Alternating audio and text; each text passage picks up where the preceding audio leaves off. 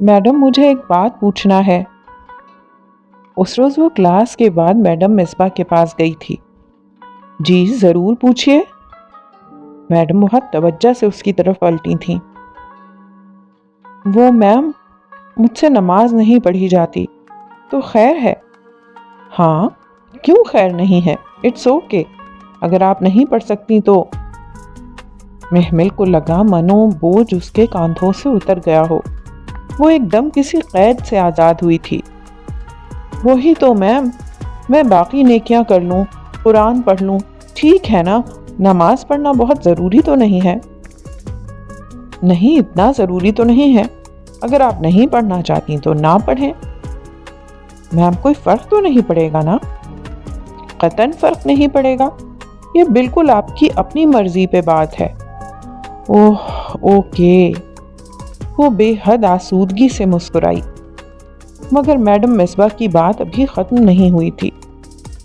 یقین کریں محمل، کوئی فرق نہیں پڑے گا اسے، آپ بے شک نماز نہ پڑھیں، بے شک سجدہ نہ کریں، جو ہستیاں اس کے پاس ہیں وہ اس کی عبادت سے تکبر نہیں کرتی، اگر آپ کر لیں کیا فرق پڑے گا اسے؟ اس آسمان کا بالشت بھر بھی حصہ خالی نہیں جہاں کوئی فرشتہ سجدہ نہ کر رہا ہو، اور فرشتہ جانتی ہیں کتنا بڑا ہو سکتا ہے؟ جب اس پہاڑی پر رسول اللہ صلی اللہ علیہ وآلہ وسلم نے جبرائیل علیہ السلام کے پکارنے پر پلٹ کر دیکھا تھا تو جبرائیل علیہ السلام کا قد زمین سے آسمان تک تھا، اور ان کے پیچھے رسول اللہ صلی اللہ علیہ وآلہ وسلم کو آسمان نظر نہیں آ رہا تھا۔ ایسے ہوتے ہیں فرشتے، 70,000 فرشتے کعبے کا روز طواف کرتے ہیں۔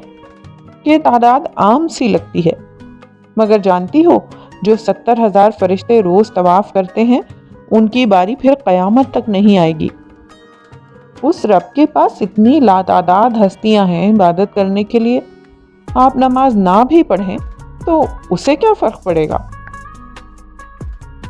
میڈم مصباح جا چکی تھیں اور وہ دھواں دھواں چہرے کے ساتھ کتابیں سینے سے لگائے ساکت سی کھڑی تھی۔ اس کو لگا وہ اب نماز کبھی نہیں چھوڑ سکے گی۔ شام میں اس نے بہت اہتمام سے عصر پڑھی، پڑھ کر لاؤنج میں فون سٹینڈ کے ساتھ بیٹھی ہی تھی کہ نادیہ کو فون کرے۔ نائمہ چچی ماس کو کان سے پکڑے بے بس سی ڈانٹ رہی تھی اور وہ کان چھڑا کر جھپاک سے منہ چڑھاتا بھاگ گیا تھا۔ اتنا شیطان ہو گیا ہے یہ لڑکا، کیا کروں میں اس کا؟ وہ کمر پہ ہاتھ رکھے پریشانی سے بولی اور محمل کی فون نمبرز پریس کرتی انگلیاں تھم سی گئیں۔ شیطان ہو گیا ہے یہ لڑکا، اس نے زیر لب دہرایا۔ لفظ شیطان کا روٹ ورڈ کیا تھا؟ شین، تو، نون، شطن، یعنی رحمت سے دور، اللہ کی رحمت سے دور، دھتکارا ہوا۔ او گاڈ، انہوں نے اپنے بچے کو اللہ کی رحمت سے دور ہوا کہہ دیا۔ چچی، اس نے ہولے سے انہیں پکارا، فون کا ریسیور ابھی تک اس کے ہاتھ میں تھا۔ ہاں؟ نائمہ چچی نے پریشانی سے چونک کر اسے دیکھا۔ ماس کو شیطان تو نہ کہیں چچی، اللہ نہ کرے وہ شیطان ہو، شیطان تو اللہ کی رحمت سے دور ہونے کو کہتے ہیں۔ اچھا بس کرو، 2 سپارے کیا پڑھ لیے، اب ہمیں سکھائیں گی یہ، ان کا تو قبلہ ہی بدل گیا ہے۔ وہ استہزائیہ کہتی باہر نکل گئیں اور وہ جہاں تھی وہیں سن سی بیٹھی رہ گئی۔ صبح ہی تو دوسرے سپارے کی پہلی آیت پڑھی تھی کہ ان قریب ہی وہ بے وقوف لوگ کہیں گے کہ ان کو ان کے قبلے سے کس نے پھیر دیا ہے، ان کا تو قبلہ ہی بدل گیا ہے۔ وہ تکرار اس کے ذہن میں گونج رہی تھی۔ بہت پہلے ملنے والی وہ سیاہ فام لڑکی ایک دم اسے یاد آئی تھی۔ اس میں تمہارا ماضی ہے، حال ہے اور مستقبل لکھا ہے، وہ ٹھیک کہتی تھی۔ وہ سر جھکائے خاموشی سے برتن دھو کر ریک میں لگا رہی تھی۔ دھلی پلیٹوں سے پانی کے قطرے ٹپ ٹپ گر رہے تھے، اس کے ہاتھ سست روی سے کام کر رہے تھے۔ وہ کچن میں اکیلی تھی، اماں جانے کہاں تھیں؟ باقی لوگ تو کام کے وقت کچن میں آنا مزاج کے خلاف سمجھتے تھے، مگر خیر، اس نے سر جھٹکا۔ وہ اب کوشش کرتی تھی کہ ایسی سوچوں کو دل میں جگہ نہ دے۔ اب محسوس ہوتا تھا کہ اس نے اپنے بدصورت رویے سے اپنے اور ان کے درمیان فرق نہ رکھا تھا۔ پہلے وہ ہر چیز اسی دنیا میں برابر کرنے پہ تلی تھی، اب اس نے صبر کرنا شروع کر دیا تھا۔ زندگی ویسے بھی اب ٹف ہو گئی تھی۔ اب مسجد کی ٹیچرز نے اسے دیر سے آنے پہ الٹیمیٹم دے دیا تھا۔ وہ خود بھی اپنی تجوید درست کرنے فجر کے بعد آنا چاہتی تھی کہ تب لڑکیاں اکٹھی بیٹھ کر تجوید کی پریکٹس کرتی تھیں۔ صرف یہ مسئلہ تھا کہ فجر کے وقت فریج لاک ہوتا تھا، اس کے لاک کہنے پہ بھی کسی پہ اثر نہ ہوتا تھا۔ اس کے پاس اپنے ناشتے کے پیسے نہ تھے، یا تو وہ ٹرانسپورٹ کا کرایہ ادا کرتی یا اپنا ناشتہ لا کر رکھتی۔ سو ناشتہ قربان کر کے اس نے وین والے کو فیس دی، اور روز صبح تہجد پہ اٹھ کر وہ آدھا گھنٹہ اپنا ہوم ورک کرتی، پھر فجر پڑھ کر نکل جاتی۔ عصر کے قریب اس کی واپسی ہوتی۔ ہمارے بزرگ کہا کرتے تھے، علم فقر و فاقے کے بغیر نہیں آتا۔ ٹھیک ہی کہتے تھے۔ اس نے آخری پلیٹ ریک پر رکھی، ٹونٹی بند کی اور ہاتھ خشک کرتی اپنے دھیان میں پلٹی ہی تھی کہ کچن کے کھلے دروازے میں کسی کو کھڑا دیکھ کر ٹھٹ کی اور پھر دوسرے ہی پل ساکت رہ گئی۔ کیسی ہو؟ فواد سینے پہ ہاتھ باندھے مسکراتے ہوئے اسے دیکھ رہا تھا۔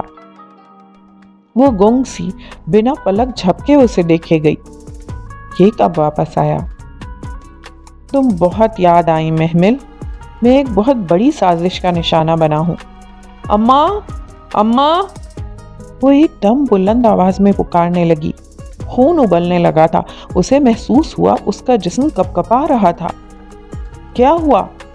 مسرت بوکھلا کر اندر آئیں اور پھر فواد کو دیکھ کر چپ سی رہ گئیں۔ فواد بیٹا تم؟ چاچی؟ وہ ان کی طرف بے قراری سے پلٹا۔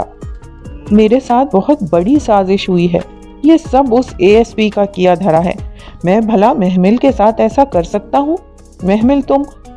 وہ اب اس کی جانب مڑا۔ تم جانتی ہو میں بے قصور ہوں۔ ریکارڈنگ جو انہوں نے تمہیں سنوائی وہ ان کے کسی فنکار کی تھی۔ ہم ان پولیس والوں کو بھتہ نہیں دیتے، اس لیے انہوں نے ایسا کیا۔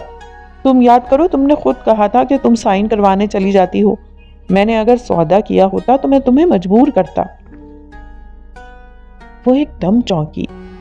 وہ ٹھیک کہہ رہا تھا، مگر آپ نے مجھ پر الزام لگایا کہ آپ نے مجھے رنگے ہاتھوں… اس سے آگے بولا نہیں گیا۔ وہ سب مجھے ASP نے رات کو کہا تھا کہ میں تمہارے اور اس کے درمیان آنے کی کوشش نہ کروں۔ بھلا بتاؤ میں ایسا کر سکتا ہوں؟ پھر مجھے یقین آ ہی گیا کہ تم جیسی با کردار اور پارسا لڑکی ایسا نہیں کر سکتی۔ میں پورے گھر کے سامنے تمہارے کردار کی قسم کھانے کو تیار ہوں۔ چاچی آپ میرا یقین کریں۔ وہ بے بس سا مسرت کے پاس جھکا اور ان کے دونوں ہاتھ پکڑ لیے۔ یقین کریں میں نے کچھ نہیں کیا، لیکن اگر آپ سمجھتی ہیں کہ محمل میری وجہ سے بدنام ہوئی ہے تو میں محمل سے شادی کرنے پہ تیار ہوں۔ آپ جب کہیں۔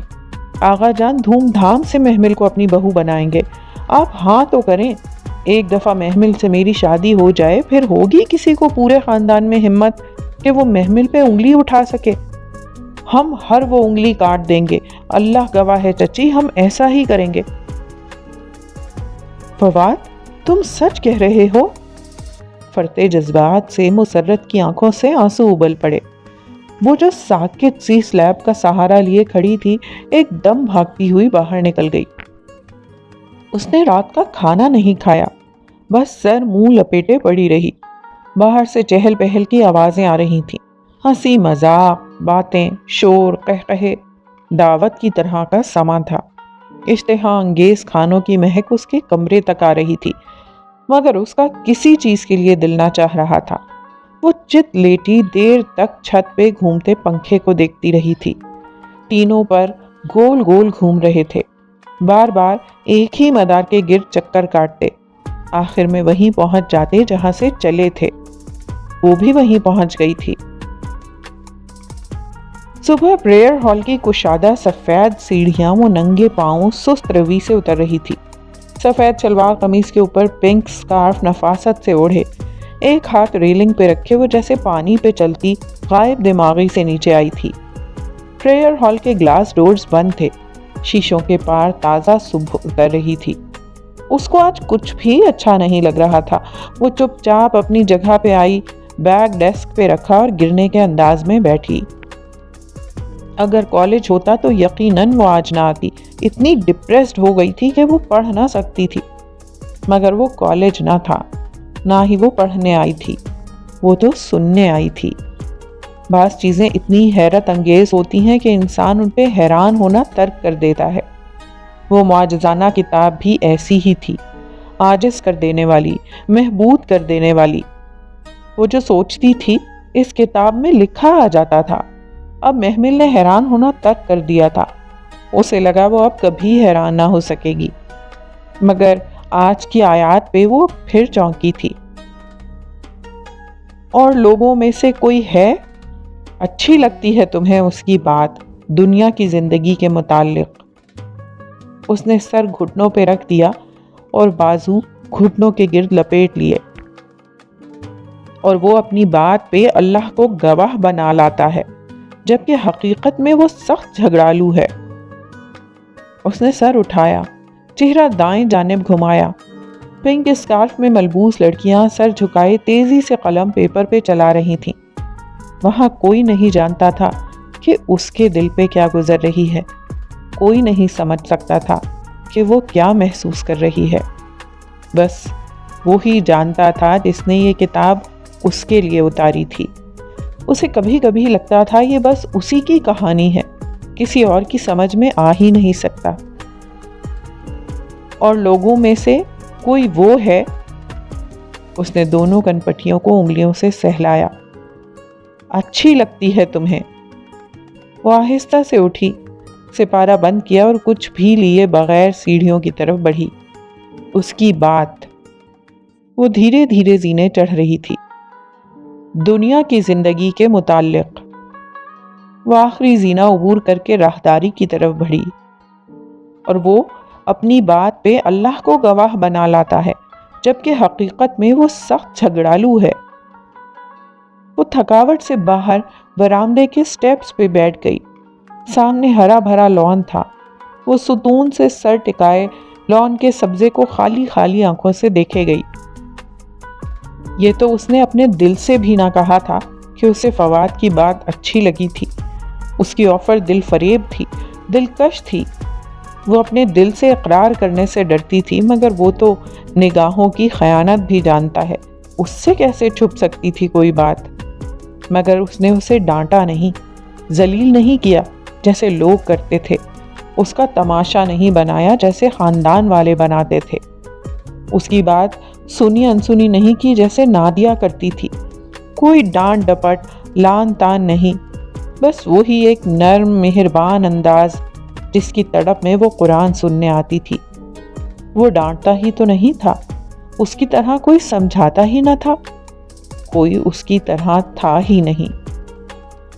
وہ وہیں بیٹھی تھی جب ساتھ ہی وہ لڑکی آ بیٹھی، غالباً مڈ بریک تھی، اور لڑکیاں اس میں بھی بیٹھ کر تجوید کرتی تھیں۔ وہ تھوڑی ہتھیلی تلے رکھے، چہرہ موڑے، یوں ہی اسے دیکھے گئی۔ وہ لڑکی گھٹنوں پہ قرآن رکھے بائیں ہاتھ سے صفحے پلٹ رہی تھی، دایاں ہاتھ یوں ہی ایک طرف گرا پڑا تھا۔ مطلوبہ صفحہ کھول کر اس نے بائیں ہاتھ سے گرے ہوئے ہاتھ کو اٹھایا اور گود میں رکھا، پھر ٹھیک ہاتھ سے صفحے کا کنارہ پکڑے پڑھنے لگی۔ ان المسلمین والمسلمات۔ وہ رک رک کر، اٹک اٹک کر پڑھتی، بار بار آواز ٹوٹ جاتی۔ وہ پھر سے شروع کرتی، مگر ہکلاہٹ زدہ زبان پھر ساتھ چھوڑنے لگتی، مخارج صحیح نہ نکل پاتے۔ وہ بدقت تمام ایک لفظ بولتی تو ساتھ گاں گاں کی آواز بھی آتی۔ ایک دم محمل کو احساس ہوا وہ رونے لگی تھی۔ اس کا مفلوج دایاں ہاتھ بار بار نیچے گر جاتا۔ وہ بائیں ہاتھ سے اسے اٹھاتی، پھر سے تجوید سے پڑھنے کی کوشش کرتی۔ اس کی آنکھیں سرخ ہوئیں اور آنسو ابل کر گال پہ لڑھکنے لگے۔ وہ بائیں ہاتھ سے آنسو رگڑتی، دبی دبی سسکیوں کے ساتھ پھر سے کوشش کرنے لگی۔ محمل گم سم سی اسے دیکھے گئی۔ وہ اپاہج لڑکی اپنے اللہ سے بات کر رہی تھی۔ وہ اس کا بہت ہمدرد تھا۔ اسے محمل کی ہمدردی کی اس وقت ضرورت نہ تھی۔ لمحے بھر کو بھی اسے اس پہ ترس نہ آیا تھا، بلکہ رشک ہوا تھا۔ کوئی ایسے بھی تڑپ کر قرآن پڑھتا ہے جیسے وہ پڑھ رہی تھی، اور ایک ہم ہیں برسوں اس مصحف کو لپیٹ کر سب سے اونچے شیلف میں سجائے رکھتے ہیں، اور بس سجائے ہی رکھتے ہیں۔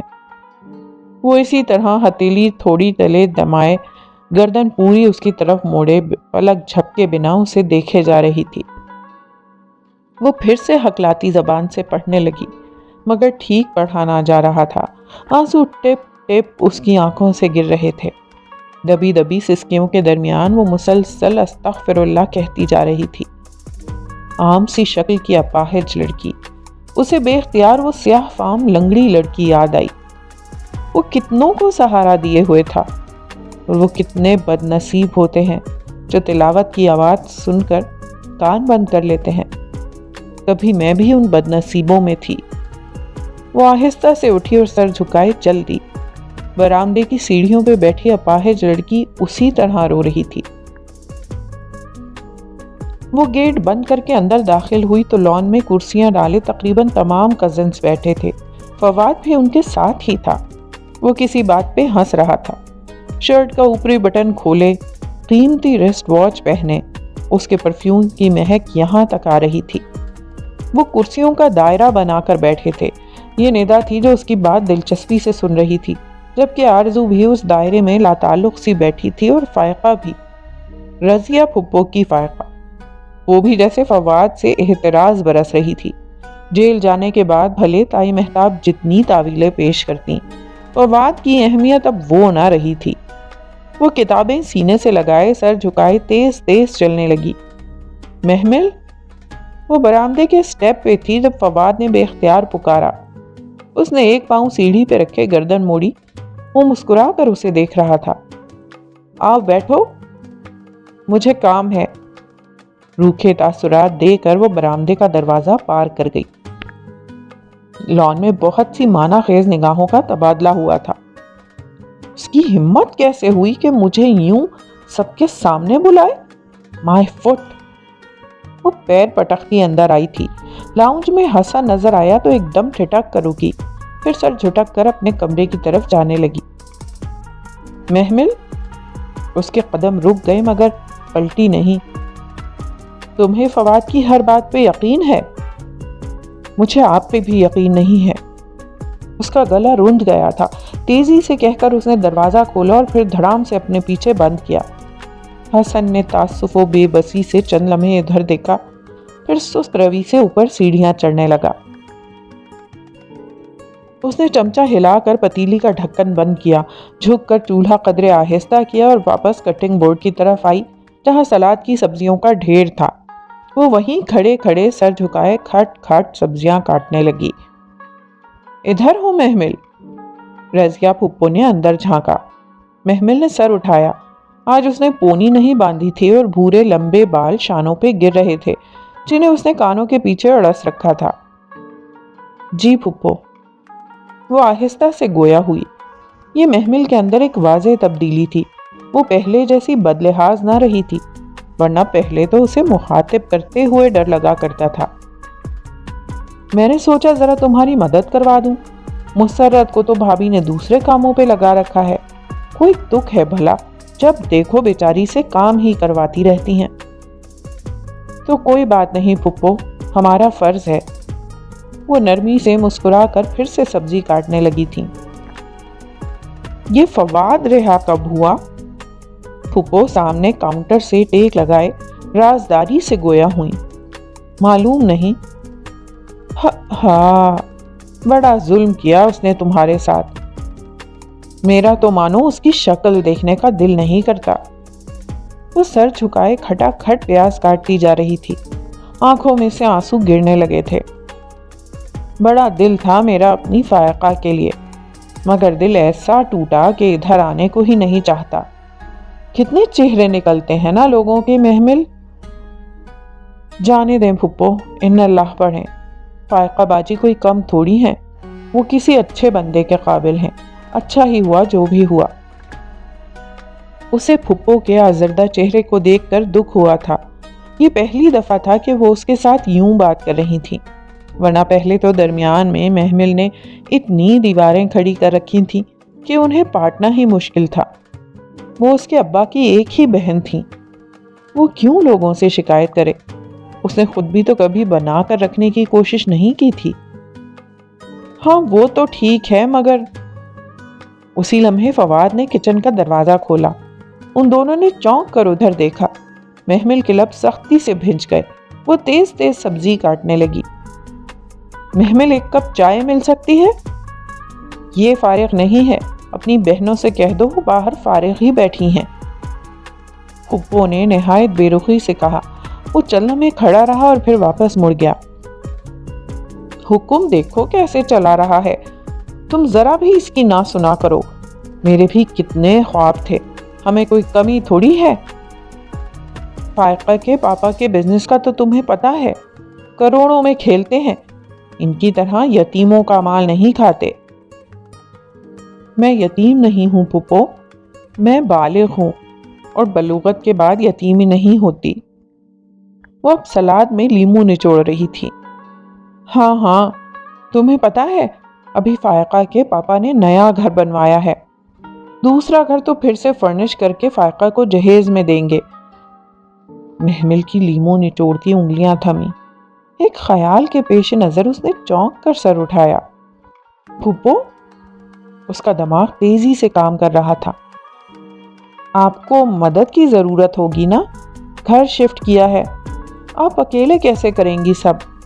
نوکروں پہ بھروسہ کر ہی نہیں سکتے۔ میں آ جاؤں آپ کے پاس، ہیلپ کروا دوں گی۔ ہاں ہاں کیوں نہیں۔ پھپھو تو نہال ہو گئیں۔ میں تم سے کہنے ہی لگی تھی، پھر سوچا تمہاری پڑھائی ہے تو اسی لیے اتنا پیار جتا رہی تھی۔ خیر کوئی بات نہیں، ویکینڈ ہے، پھر آپ کی ہیلپ بھی تو کرانی ہے نا۔ اسے فواد سے دور رہنے کا یہی طریقہ نظر آیا تھا۔ پھپھو نے فوراً حامی بھر لی۔ وہ جلدی سے اپنا بیگ تیار کرنے لگی۔ تیاری کیا تھی، 2 جوڑے رکھے، چند ضروری چیزیں، اور پھر قرآن رکھتے رکھتے وہ رہ گئی۔ قرآن تو وہاں ترجمے والا مل ہی جائے گا، 2 دن کی تو بات ہے، اب ساتھ کیا رکھوں؟ کوئی بات نہیں۔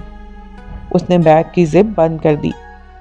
پھپھو کا سامان شفٹ ہو گیا تھا، بس ڈبوں میں بند تھا۔ وہ جاتے ہی کام میں لگ گئی۔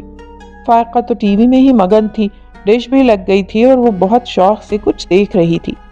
پھپھو نے اس سے کچھ نہ کہا، محمل ہی ساری چیزیں نفاست سے سیٹ کرتی رہی۔ رات 11 بج گئے جب اس نے آج کے لیے بس کی، اور پھر نہا کر نیا سوٹ پہنا، پھر نئے سرے سے وضو کیا اور دوپٹہ سر پہ لپیٹے وہ پھپھو کے پاس چلی آئی۔ پھپھو آپ کے پاس ترجمے والا مصحف ہوگا؟ کیا ترجمے والا؟ وہ کپڑوں کی الماری سیٹ کر رہی تھی۔ قرآن ہوگا؟ اس نے جلدی سے وضاحت کی۔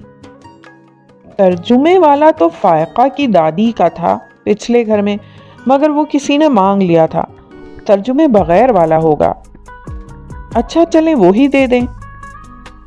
کتابوں کے ڈبے سے نہیں نکلا؟ نہیں تو میں نے تو خود ساری کتابیں ادھر رکھی ہیں۔ پھر شاید کہیں مس پلیس ہو گیا ہوگا، فائقہ سے پوچھ لو۔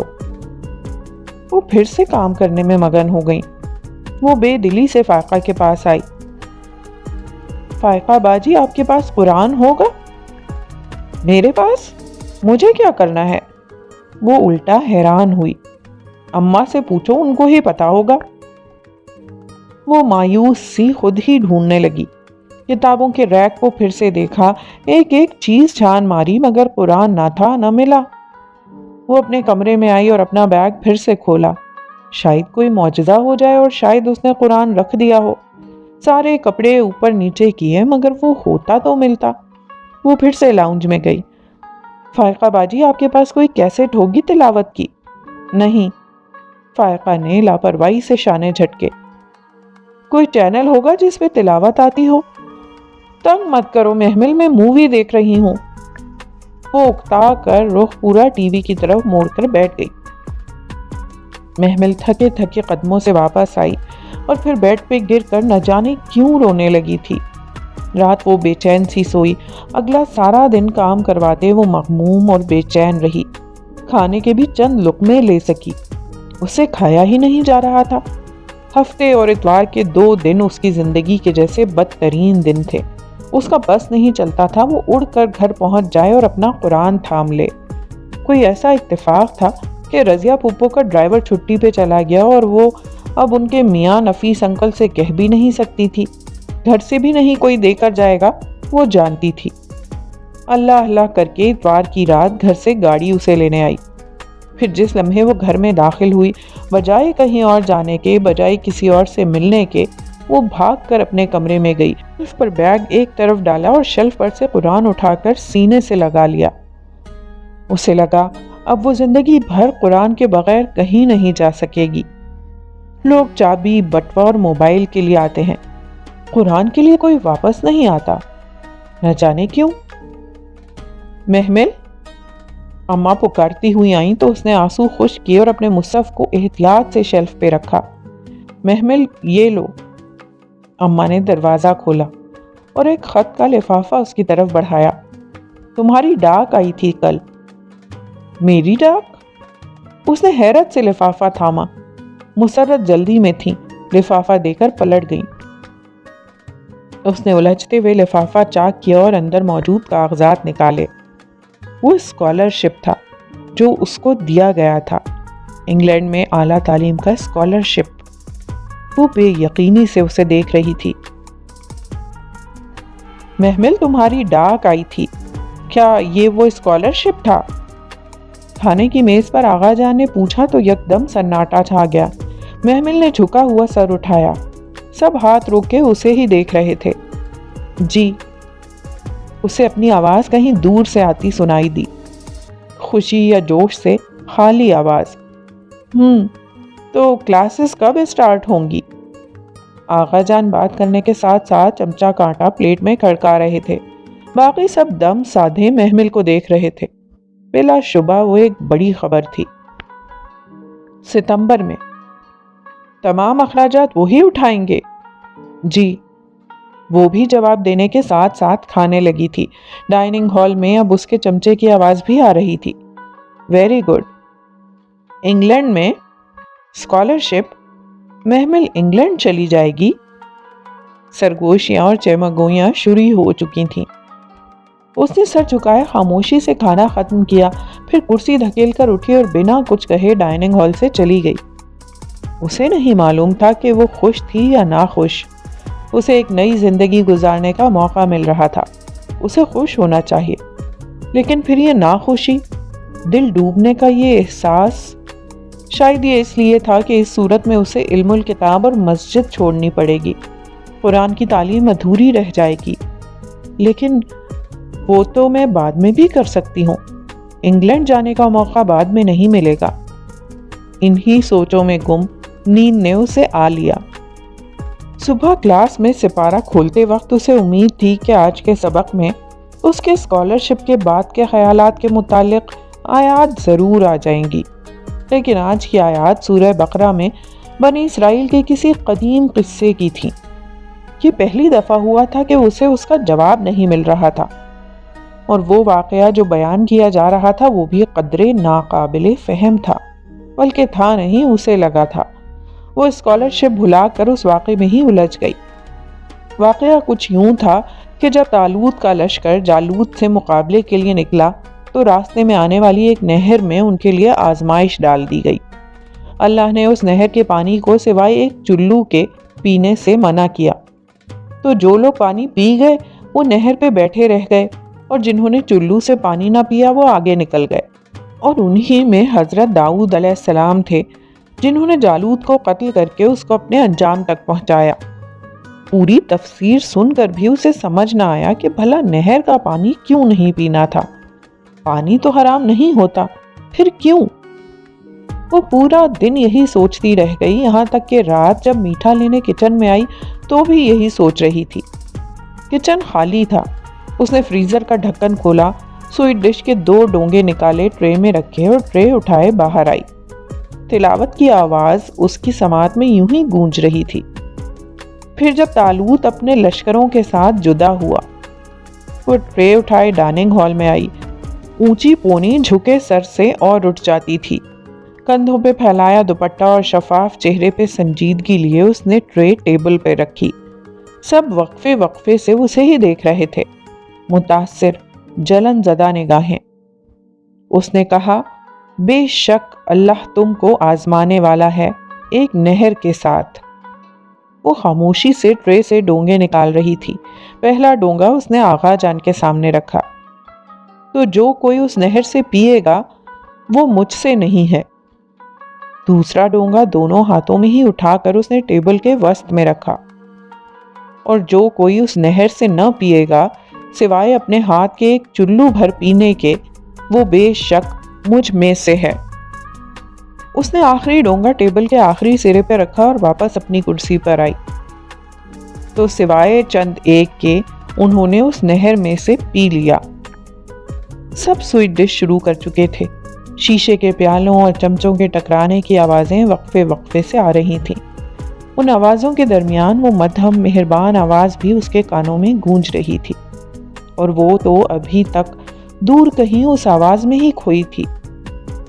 تو سوائے چند ایک کے انہوں نے اس میں سے پی لیا۔ اس نے پیالہ آگے کیا اور تھوڑی سی کھیر اپنے پیالے میں ڈالی۔ تو سوائے چند ایک کے انہوں نے اس میں سے پی لیا۔ وہ اب آہستہ آہستہ چھوٹے چھوٹے چمچ لے رہی تھی۔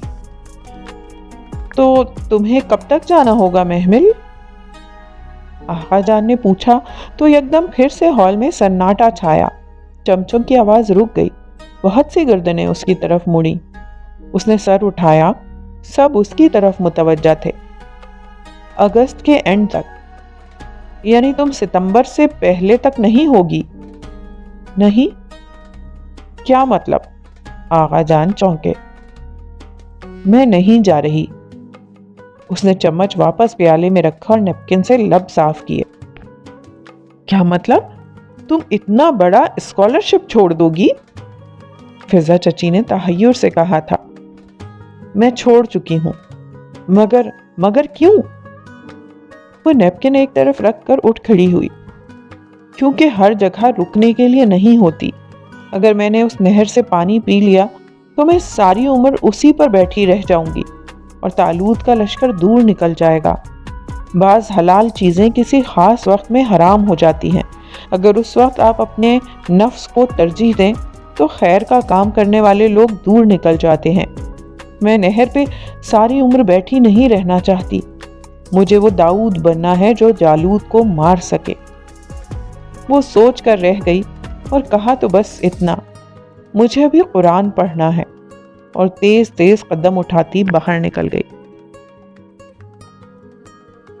شام کی ٹھنڈی ہوا اپنی لے پہ بہہ رہی تھی۔ وہ چائے کا کپ لیے ٹیرس پہ کرسی ڈالے دور آسمان کو دیکھ رہی تھی، جہاں شام کے پرندے اپنے گھروں کو اڑتے جا رہے تھے۔ ٹیرس سے سامنے والوں کا گھر نظر آتا تھا، انہی بریگیڈیئر صاحب کا گھر جن کی قرآن خوانی ایک روز اس نے دیکھی تھی۔ قرآن کو بھی پتا نہیں تھا ہم لوگوں نے کیا سے کیا بنا دیا ہے۔ اس نے کسی خیال کے تحت کپ سائیڈ پر رکھا اور اٹھی۔ ابھی مڑی ہی تھی کہ سامنے فواد کا چہرہ دکھائی دیا۔ وہ گھبرا کر ایک قدم پیچھے ہٹی۔ وہ اندر کھلنے والے دروازے میں کھڑا تھا، سینے پہ ہاتھ باندھے، لب بھینچے اسے دیکھ رہا تھا۔ تم مجھ سے کتراتی پھر رہی ہو، حالانکہ تم جانتی ہو میرا قصور نہیں ہے۔ وہ چپ رہی۔ کل دوپہر 3 بجے میں اسٹاپ پر تمہارا انتظار کروں گا۔ مجھے تم سے ضروری بات کرنی ہے۔ آئی ہوپ کہ تم ضرور میری بات سننے آؤ گی۔ وہ کہہ کر ایک طرف ہو گیا۔ محمل کا رستہ کھل گیا۔ وہ بنا اسے دیکھے تیزی سے دہلیز پار کر گئی۔ ایک قسم تھی جو اس نے کھا لی تھی، وہ اسے توڑ نہیں سکتی تھی، اور اس لمحے سیڑھیاں اترتے اسے محسوس ہوا کہ شاید وہ اس قسم کے بوجھ سے اب نجات حاصل کرنا چاہتی ہے۔ اب اس سے وہ قسم نبھائی نہیں جا رہی۔ بس ایک دفعہ وہ فواد سے باہر مل لے تو کیا ہو جائے گا؟ بس ایک دفعہ، کل دوپہر 3 بجے۔ نہیں، میں قسم نہیں توڑوں گی۔ اس نے گھبرا کر سر جھٹکا۔ اس کے اندر کی سوچیں اسے وحشت زدہ کرنے لگی تھی۔ پھر اسے یاد آیا وہ ٹیرس سے بھلا کیوں نیچے آنے لگی تھی، اور ہاں، وہ قرآن خوانی والا گھر۔ وہ کچھ سوچ کر گھر سے باہر آئی۔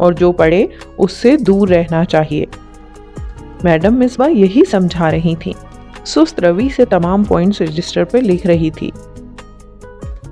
متشابہات پہ ایمان بالغیب ایسا ہونا چاہیے جیسے، میڈم کی آواز ہال میں گونج رہی تھی، جیسے اگلی آیات میں ذکر ہے کہ راسخون فی العلم ان پہ ایمان لاتے ہیں۔ اب راسخون فی العلم کون ہوتے ہیں؟ ایک ہوتا ہے طالب علم، ایک ہوتا ہے صاحب علم، اور اس سے بڑا درجہ راسخ علم والے کو ہوتا ہے۔ یہ کون لوگ ہوتے ہیں؟ ان کے بارے میں نبی صلی اللہ علیہ وآلہ وسلم سے پوچھا گیا کہ راسخون فی العلم کون ہوتے ہیں، تو آپ صلی اللہ علیہ وآلہ وسلم نے فرمایا، وہ جو قسم پوری کرتے ہیں۔ محمل کے ہاتھ سے پین گر پڑا، سیاہی کے چند چھینٹے چادر کو بھگو گئے۔ میڈم آگے بھی کہہ رہی تھیں، جن کے دل مستقیم ہوں، مگر وہ یک ٹک پھٹی پھٹی نگاہوں سے سپارے پر لکھے راسخون فی العلم کے الفاظ کو دیکھے جا رہی تھی۔ ایک ہی تکرار اس کے کانوں میں بار بار گونج رہی تھی، وہ جو قسم پوری کرتے ہیں۔ وہ بس سکتے کی کیفیت میں سپارے کو دیکھے گئی تھی۔ راسخون فی العلم، سپارے کے الفاظ دھندلا گئے، اس کی آنکھوں سے ٹپ ٹپ آنسو گرنے لگے تھے۔ صدیوں پہلے عرب کے صحراؤں میں کچھ لوگوں نے رسول اللہ صلی اللہ علیہ وآلہ وسلم سے پوچھا تھا کہ پختہ علم والے کون ہوتے ہیں، اور تب انہوں نے بتایا تھا کہ وہ جو قسم پوری کرتے ہیں۔ اسے لگا صدیوں پہلے کی کہی گئی بات کسی اور کے لیے نہیں، صرف اس کے لیے تھی۔ وہ انگلیوں کے پوروں سے ان 3 الفاظ کو بار بار چھو رہی تھی، انہیں محسوس کر رہی تھی۔ آنسو اس کے گالوں سے لڑھک کر گردن پہ پھسل رہے تھے۔ یہ الفاظ آج کی آیات میں تھے۔ اس نے بھلا کیسے سمجھ لیا کہ مسئلے کا حل آج کی آیات میں نہیں ملے گا؟ ہم نے سنا اور ہم نے اطاعت کی۔ اس نے ہتھیار ڈال دیے تھے۔ قسم کھانا ناپسندیدہ تھا، لیکن اب وہ اسے ہمیشہ نبھاتی تھی اور جانتی تھی کہ یہی اس کے لیے بہتر تھا۔ اس روز وہ 3 بجے سے پہلے ہی گھر آ گئی تھی۔ وہ صبح بہت زرد سی طلوع ہوئی تھی، آئینے کے سامنے کھڑی خود کو دیکھ رہی تھی۔ آج اس نے اونچی پونی کے بجائے سادہ سی چوٹی بنائی تھی۔ شفاف چہرے پر ذرا سی پرمشتگی سی چھائی ہوئی تھی۔ وہ چند لمحے خود کو دیکھتی رہی، پھر سیاہ چادر سر پہ رکھی اور تھوڑی تک لپیٹ کر بوکل دوسرے کندھے پر ڈالی۔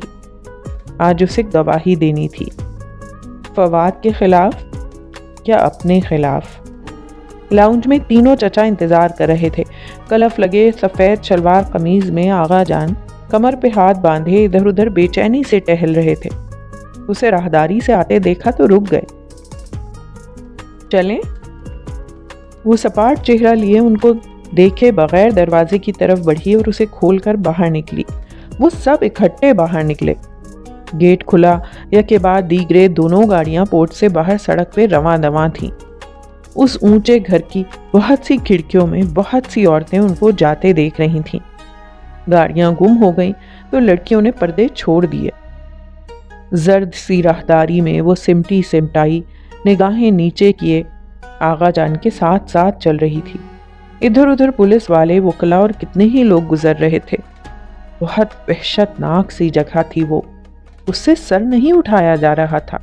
بس لمحے بھر کو اس نے چہرہ اوپر کیا تو کوریڈور کے اختتام پہ وہ کھڑا تھا، اپنے کسی سپاہی کو اکھڑتے تیور لیے غصے سے کچھ کہتا۔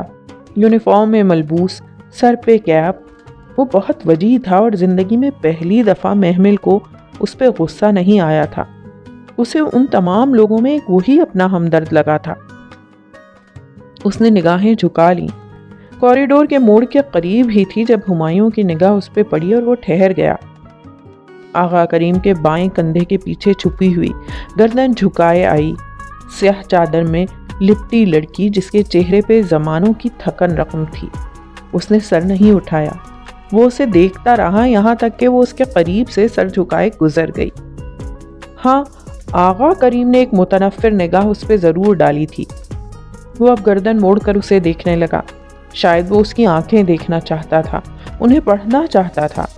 کوریڈور کے درمیان میں یکدم اس کالی چادر والی لڑکی نے گردن پیچھے کو موڑی۔ دونوں کی نگاہیں لمحے بھر کو ملی۔ اسے محمل کی آنکھوں میں زمانوں کی تھکن نظر آئی۔ پھر اس نے چہرہ موڑ لیا اور اسی طرح سر جھکائے اپنے چچاؤں کے نرغے میں آگے چلتی گئی۔ کمرہ عدالت میں وہ قطار کی بائیں نشست پر سب سے پیچھے بیٹھی تھی۔ آغا جان اس کے دائیں طرف تھے، اس کے بائیں جانب کچھ نہ تھا، قطار خالی تھی۔ وہ سر جھکائے ساری کاروائی سنتی رہی۔ اس سے نظر تک نہ اٹھائی جاتی تھی، یوں جیسے ہر کوئی اسے ہی دیکھ رہا ہو۔ اور پھر ایک ساتھ کو جیسے ہی اس نے سر اٹھایا، وہ دوسرے سٹینڈ میں بیٹھا گردن ترچھی کیے اسے ہی دیکھ رہا تھا۔ وہ دونوں ایک دوسرے کو دیکھتے رہے۔ ہمایوں کی نگاہ میں سوال تھے، چبھتے ہوئے پریشان کن سوال۔ اس سے زیادہ دیر دیکھا نہ گیا۔ وہ گردن موڑ کر آغا جان کو دیکھنے لگی جو لب کھینچے وکلا کے دلائل سن رہے تھے۔ نگاہ کے ارتکاز پہ چونک کر محمل کو دیکھا۔ کیا؟ وہ جس طرح انہیں دیکھ رہی تھی وہ ذرا سے الجھے۔ جائیداد میں میرا حصہ مجھے مل جائے گا؟ اس نے سرگوشی کی، نگاہیں ان پہ سے ہٹائے بغیر۔ ہاں، کیوں نہیں؟ یہی اگر میں پوچھتی کہ کیوں نہیں تو؟ کیا مطلب؟ میں ابھی جا کر ہمایوں داؤد کے خلاف بیان دوں تو کیا گارنٹی ہے کہ آپ مکر نہیں جائیں گے؟ تمہیں مجھ پہ شک ہے؟ اگر ہے تو؟ آغا جان کے ماتھے پہ غصے کی لکیر ابھری جسے وہ ضبط کر گئے۔ تم اب کیا چاہتی ہو؟ یہ۔ اس نے کالی چادر میں سے بیگ نکالا، زپ کھولی اور ایک کاغذ اور پین نکال کر ان کی طرف بڑھایا۔ میری صرف فیکٹری میں شیئرز کی قیمت 9 کروڑ کے لگ بھگ ہے۔ باقی کا حساب میں ابھی نہیں مانگ رہی۔ یہ آپ کی چیک بک کا چیک ہے، رقم میں نے بھر دی ہے، اسے سائن کر دیں۔ اس نے پین ان کے سامنے کیا۔ وہ کبھی اس کو دیکھتے اور کبھی پین کو۔ آغا جان، محمل بچی نہیں ہے، آپ مجھ سے میری آخرت خرید رہے ہیں۔ اگر میں نے جھوٹی گواہی دی تو میں پولیس رات پار کرنے سے پہلے ہی گر جاؤں گی۔ اگر گرنا ہے تو کچھ ورت تو ہونا چاہیے نا۔ آپ یہ سائن کریں، میں ابھی جا کر جھوٹی گواہی دیتی ہوں۔ اس نے پین اور چیک ان کے ہاتھ پہ رکھا۔ اس ہال میں کوئی میرے اشارے کا منتظر ہے۔ میں یہ چیک سائن کروا کر ابھی اس کو بینک بھیجتی ہوں۔ جیسے ہی یہ چیک کیش ہو جائے گا اور وہ مجھے گرین سگنل کرے گا تب میں گواہی دے دوں گی، ورنہ نہیں۔ انہوں نے چیک کو ایک نظر دیکھا اور پھر پین کو۔ دوسری طرف محمل کا نام پکارا گیا۔ وہ انہیں متنبہ نگاہوں سے دیکھتی اٹھی اور سر اٹھائے پورے اعتماد سے کٹہرے کی طرف بڑھی۔ آغا کریم کبھی چیک کو دیکھتے اور کبھی اسے، جو کٹہرے میں کھڑی تھی اور اس کے سامنے غلاف میں لپٹا قرآن لایا گیا تھا۔ وہ نگاہیں ان پہ جمائے پلک جھپکے بغیر قرآن پہ ہاتھ رکھ کر چند فقرے دہرا رہی تھی۔ انہوں نے آخری بار چیک کو دیکھا اور پھر تیش میں آ کر اسے مروڑ کر 2 ٹکڑے کیے۔ محمل تلخی سے مسکرائی، سر جھٹکا اور وکیل کی طرف متوجہ ہوئی۔ وہ اس سے کچھ پوچھ رہا تھا۔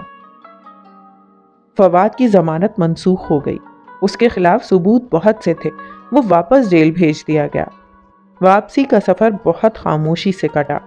وہ آغا جان کی لینڈ کروزر کی پچھلی سیٹ پر بہت خاموشی سے سارا راستہ باہر دیکھتی آئی تھی۔ جب کار پورچ میں رکی تو وہ سب سے پہلے اتری۔ لان میں بہت سی عورتیں تیزی سے ان کی طرف بڑھی تھیں۔ کیا ہوا؟ وہ کسی کو دیکھے بغیر تیزی سے اندر چلی گئی۔ اس احسان فراموش لڑکی نے فواد کے خلاف گواہی دے دی۔ ذلیل نہ ہو تو۔ مگر فکر کی بات نہیں ہے، وہ جلد ہی باہر آ جائے گا۔ کیس اتنا مضبوط نہیں ہے۔ غفران چچا اور اسد چچا انہیں تسلی دینے لگے، مگر تائی مہتاب کا چہرہ سفید پڑتا گیا۔ ہائے میرا فواد! وہ سینے پہ 72 مار کر اونچا اونچا رونے لگی۔ روتے روتے وہ لڑھکنے کو تھی کہ فضا اور نائمہ نے بڑھ کر انہیں سہارا دیا۔ پل بھر میں لان میں کوہرام مچ گیا۔ اپنے کمرے میں پردے کو ہاتھ میں پکڑ کر ذرا سی جھری سے دیکھتی وہ پرسکون کھڑی تھی۔ کالی چادر سر سے پھسل کر پیچھے گردن پر پڑے بالوں پہ پھسل گئی تھی۔ بھورے بال چہرے کے اطراف میں گرے تھے۔ وہ کانچ سی سنہری آنکھیں سکیڑے پرسوچ نگاہوں سے باہر کا منظر دیکھ رہی تھی۔ وہ ستون سے ٹیک لگائے ننگے پاؤں گھاس پہ بیٹھی تھی، جوتے ساتھ اترے پڑے تھے۔ سفید شلوار قمیض اور سر پہ گلابی اسکارف کس کر باندھے وہ گردن جھکائے دونوں ہاتھوں میں چھوٹا قرآن لیے پڑھ رہی تھی۔ چھٹی ہو چکی تھی اور لڑکیاں ادھر ادھر گزرتی باہر جا رہی تھیں۔ اسے سورہ کہف پڑھنی تھی، آج جمعہ تھا۔ السلام علیکم۔ سارا آہستہ سے آئی اور اس کے ساتھ پاؤں لٹکا کر سیڑھی پہ بیٹھی۔ اس نے صفحے کا کرانہ پکڑے، سر کے اثبات سے جواب دیا اور صفحہ پلٹا۔ سارا اپنی گود میں رکھی اسائنمنٹ حل کرنے لگی۔ گیٹ کے قریب فرشتے کھڑی ایک لڑکی سے بات کر رہی تھی۔ وہ لڑکی منمناتے ہوئے کچھ کہہ رہی تھی مگر فرشتے نفی میں سر ہلا رہی تھی۔ اس کا ازلی پر اعتماد، مضبوط اور دو ٹوک مگر نرم انداز۔ کیا کر رہی ہو سارا؟ فرشتے باجی کی اسائنمنٹ حل کر رہی ہوں، فرشتے باجی نے دی ہے۔ الجھ کر سر اٹھایا۔ یہ دین اور مذہب میں کیا فرق ہوتا ہے؟ دین ریلیجن کو کہتے ہیں جیسے اسلام، اور مذہب کسی بھی دین کے کسی اسکول آف تھاٹ کو کہتے ہیں جیسے اسلام میں دو مذاہب ہیں، اہل سنہ والجماعت اور اہل تشیع۔ مسئلہ کسی مذہب کے اندر کسی طریقے کا نام ہوتا ہے، مثلاً فقہی مسالک جیسے کہ شافعی، حنفی وغیرہ۔ آئی سمجھ؟ تمہارا فہم اچھا ہے محمل، فرشتے نے سمجھایا تھا اس دن۔ اس نے ذرا سی گردن موڑی۔ فرشتے اسی طرح سے بات کر رہی تھی۔ سارا بھی اس کی نگاہوں کے تعاقب میں اسے دیکھنے لگی۔ فرشتے کی آئیز مجھے بہت پسند ہیں، محمل کے لبوں سے پھسلا۔ ہاں بہت مشابہت ہے، آئی نو۔ وہ بری طرح چونکی۔ مشابہت؟ وہ ایک دم بہت پرجوش ہو کر اس کی طرف مڑی۔ مشابہت ہے نا سارا؟ مجھے ہمیشہ فرشتے کی آنکھیں دیکھ کر لگا کہ یہ کسی سے بہت ملتی ہیں۔ تمہیں پتا ہے کس سے ملتی ہیں؟ تو تمہیں نہیں پتا؟ ربیہ حیران ہوئی۔ کیا ان کے کزن سے؟ کزن کون؟ چھوڑو، تم بتاؤ کس سے ملتی ہیں؟ ربیہ کچھ دیر حیرت سے اسے دیکھتی رہی اور پھر ہنس پڑی۔ تم سے ملتی ہیں محمل؟ بالکل تمہارے جیسی ہیں۔ کیا تم آئینہ نہیں دیکھتی؟ مجھ سے؟ محمل ساکت رہ گئی۔ اپنا چہرہ ہر وقت نگاہوں کے سامنے نہیں رہتا، شاید اس لیے وہ اتنے عرصے میں اندازہ نہ لگا سکی۔ اس لڑکی کی کسی بات پر فرشتے ذرا سی مسکرائی۔ اس کی آنکھیں مسکراتے ہوئے کناروں سے ذرا سی چھوٹی ہو گئیں، بلکہ اس کی اپنی طرح ہو بہو۔ وہ پلک جھپکے بنا اسے دیکھے گئی۔ وہ بیک گراؤنڈ سے ٹیک لگائے، گھٹنوں پہ کتاب رکھے سوچ میں گم تھی۔ بھورے بال کھلے شانوں پہ گرے تھے۔ مسرت اندر داخل ہوئی تو وہ اسی طرح خلا میں گھور رہی تھی۔ آہٹ پہ چونکی۔ اماں بات سنیں؟ ہاں بولو۔ مسرت الماری کھول کر کچھ تلاش کر رہی تھی۔ آپ ماموں لوگوں سے پھر کبھی نہیں ملی؟ نہیں۔ ان کے ہاتھ لمحے بھر کو تھمے، پھر دوبارہ کپڑے الٹ پلٹ کرنے لگی۔ ماموں کی ایک ہی بیٹی ہے نا؟ ہاں شاید۔ اس کا نام کیا ہے؟ پتہ نہیں، وہ میری شادی کے بعد ہوئی تھی۔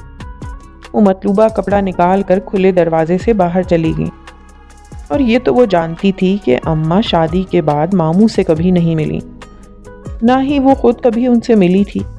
اس نے تو ان کو دیکھا تک نہ تھا۔ اماں اور ابا کی پسند کی شادی تھی، اور اماں کے خاندان والوں نے پھر کبھی کوئی رابطہ نہ رکھا تھا۔ آج فرشتے کی آنکھیں دیکھ کر اسے یوں ہی کچھ لگا تھا کہ شاید، مگر خیر، ہم نے فیصلہ کر دیا ہے۔ باہر تائی کے زور سے بولنے کی آواز پہ یکدم اس کا دل دھڑکا۔ وہ کتاب بند کیے لحاف اتار کر تیزی سے ننگے پاؤں باہر آئی۔ اس نے دروازہ کھول کر دیکھا۔ آغا جان اور مہتاب تائی بڑے صوفے پہ رعونت بھرے انداز میں بیٹھے تھے، اور مسرت ان کے سامنے جیسے بے بس سی کھڑی تھیں۔ دروازہ کھلنے کی آواز پہ مسرت نے اسے دیکھا۔ بے بسی، آنکھوں میں آنسو۔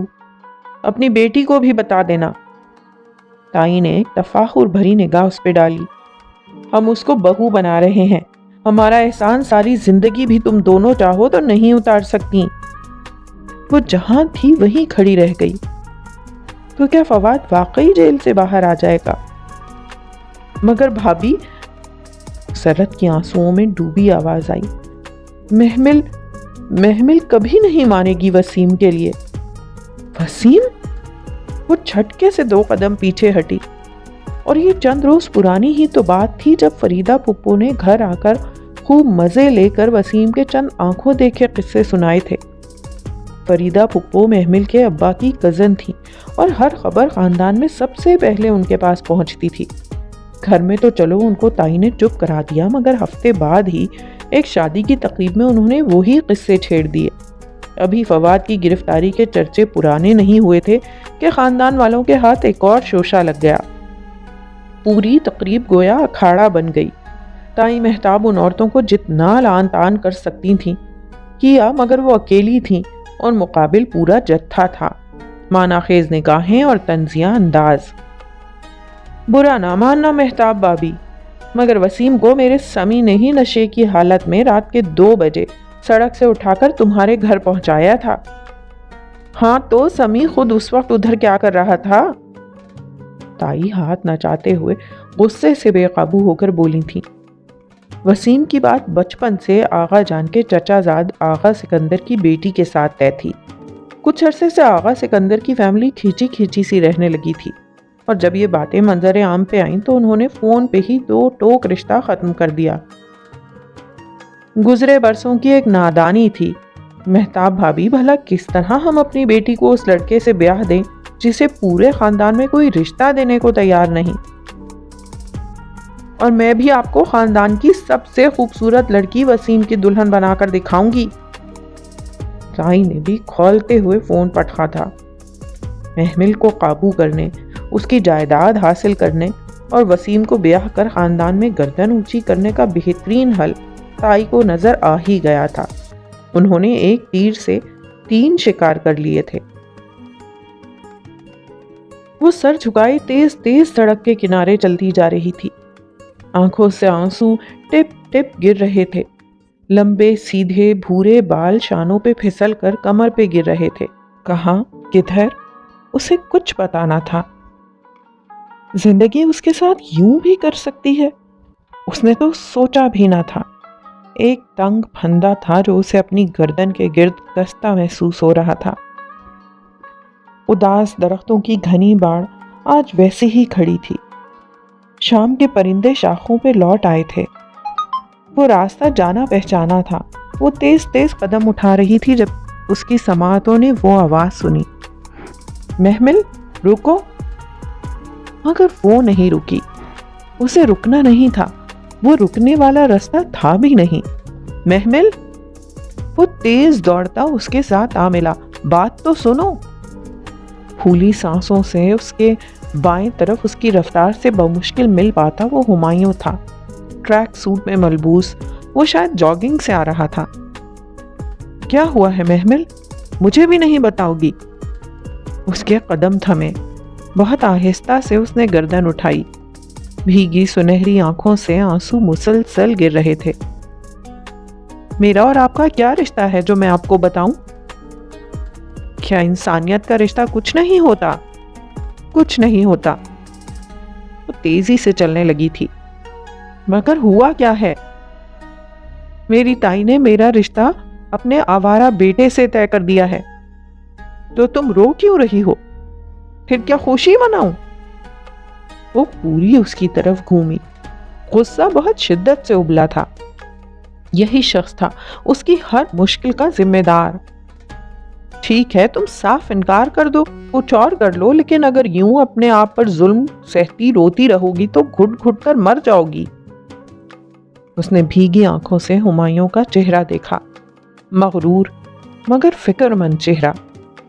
میں مروں یا جیوں، آپ کو کیا فرق پڑتا ہے؟ اس کے انداز پہ وہ چند لمحے لب بھینچے خاموش کھڑا رہا، پھر گہری سانس اندر کو کھینچی۔ ہاں، مجھے فرق نہیں پڑتا۔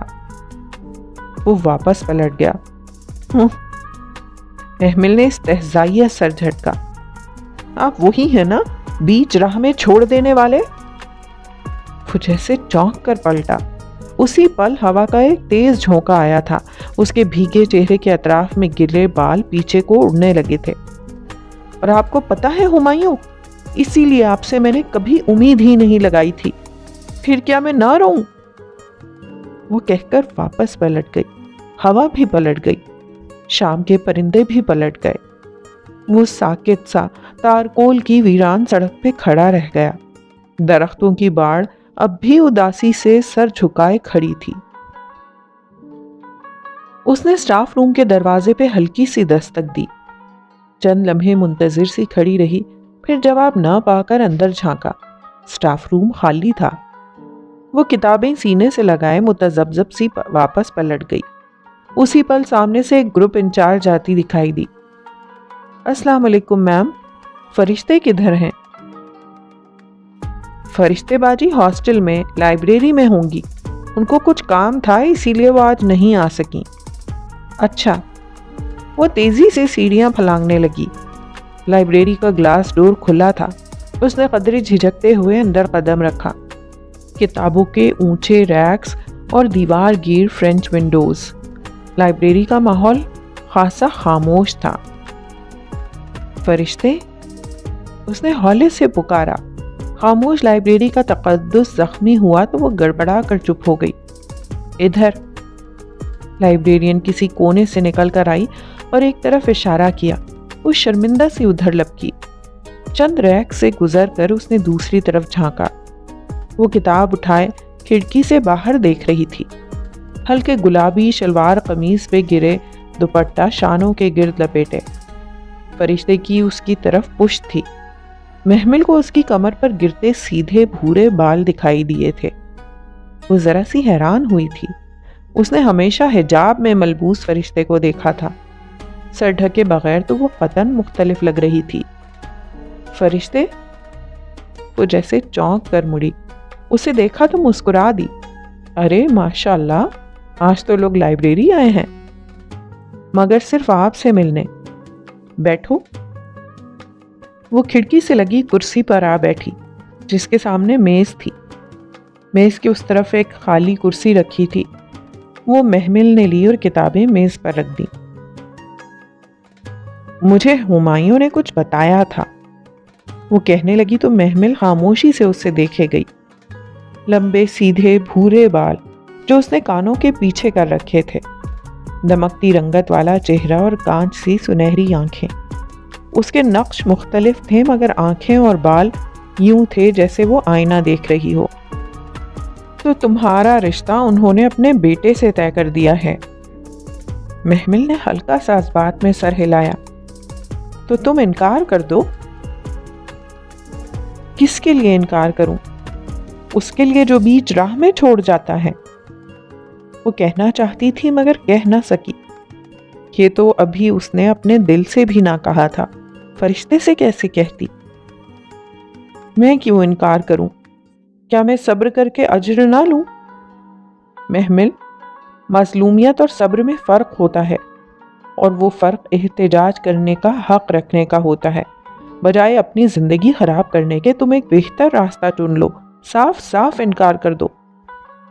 مجھے ان کے ری ایکشن سے ڈر لگتا ہے، اس پہ تم صبر کر لینا۔ وہ ہلکی سی مسکرائی۔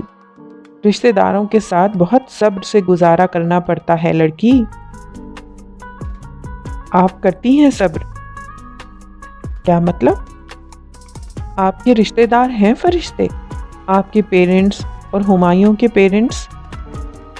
اس نے سوال ادھورا چھوڑ دیا۔ جانتی تھی فرشتے کو ادھورے سوال پڑھنے آتے ہیں۔ میری امی کی ایک ہی بہن تھی، ہمایوں ان کا بیٹا ہے۔ ان کی ڈیتھ کے بعد امی نے ہمایوں کو گود لے لیا تھا۔ یہ بہت پرانی بات ہے، 1.5 سال پہلے میری امی کی ڈیتھ ہو گئی۔ پھر میں نے اور ہمایوں نے فیصلہ کیا کہ گھر میں ہمایوں رہے اور میں ہاسٹل میں رہوں۔ اور آپ کے ابو؟ میں میٹرک میں تھی جب ان کی ڈیتھ ہوئی۔ آپ کے ابو کی کوئی بہن تو ہوں گی؟ اس نے اندھیرے میں تیر چلایا۔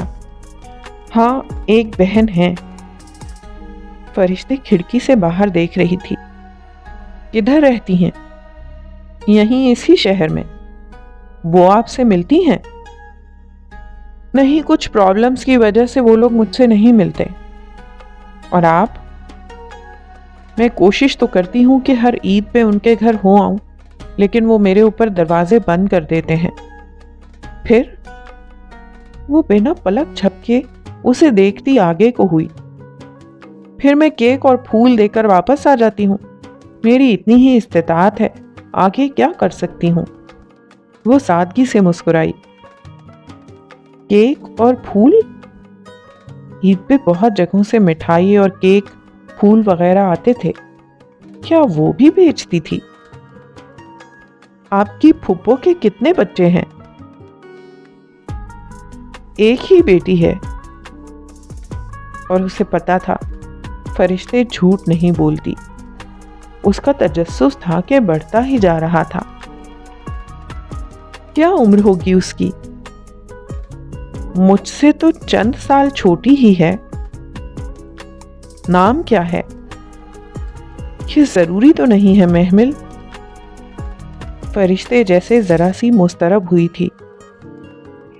ہو سکتا ہے میں آپ کی فیملیز کو ملانے میں کچھ کردار ادا کر سکوں۔ نہیں، فرشتے نے بغور اسے دیکھتے نفی میں سر ہلایا۔ تم میری پھپھو کی بیٹی کو نہیں جانتی۔ پھر بھی کیا ہم ٹاپک چینج کر سکتے ہیں؟ اس کے ازلی ٹھوس اور قطعی انداز پہ وہ گہری سانس لے کر رہ گئی۔ یہ کھڑکیاں بہت خوبصورت ہیں، وہ کہہ کر پرسوچ انداز میں کھڑکی کے باہر اترتی صبح کو دیکھنے لگی۔ رات کھانے کے بعد اس نے سب کے کمروں میں چلے جانے کا انتظار کیا، یہاں تک کہ لاؤنج میں ٹی وی کے آگے جم کر بیٹھی لڑکیاں بھی اٹھ کر جانے لگیں اور لاؤنج خالی رہ گیا تو وہ دبے قدموں سے باہر نکلی۔ آج اسے آغا جان کو صاف انکار کرنا تھا۔ لاؤنج اندھیرے میں ڈوبا تھا۔ آغا جان کے بیڈ روم کے دروازے سے روشنی کی لکیر آ رہی تھی۔ وہ آہستہ آہستہ قدم اٹھاتی دروازے تک آئی۔ قریب تھا کہ وہ دستک دے ڈالتی کہ اندر سے آتی آوازوں نے اس کا ہاتھ روک لیا۔ اس لڑکی سے کوئی بعید نہیں، آج پھر میرے آفس آ گئی تھی۔ آقا جان کی سوچ میں ڈوبی آواز آئی۔ کون؟ فرشتے؟ تائی کا حیران کن لہجہ، پھر وہی پرانی بات کرنے کہ محمل کی جائیداد میں اس کا بھی حصہ نکالیں۔ محمل کو لگا پوری چھت اس پہ آن گری ہے۔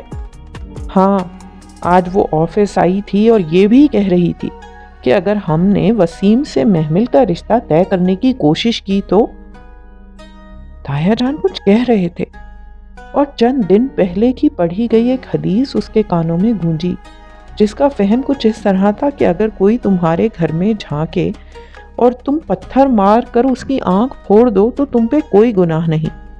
نہیں، وہ گھبرا کر اٹھی۔ اسے نہیں دیکھنا چاہیے، وہ غلط کر رہی ہے، وہ کسی کی پرائیویسی میں جھانک رہی ہے۔ اگلے ہی لمحے وہ واپس کمرے کی طرف بھاگی تھی۔ دروازے کی کنڈی لگا کر وہ پھولی سانس کو قابو کرتی بیڈ پہ گر سی گئی اور دونوں ہاتھوں میں سر تھام لیا۔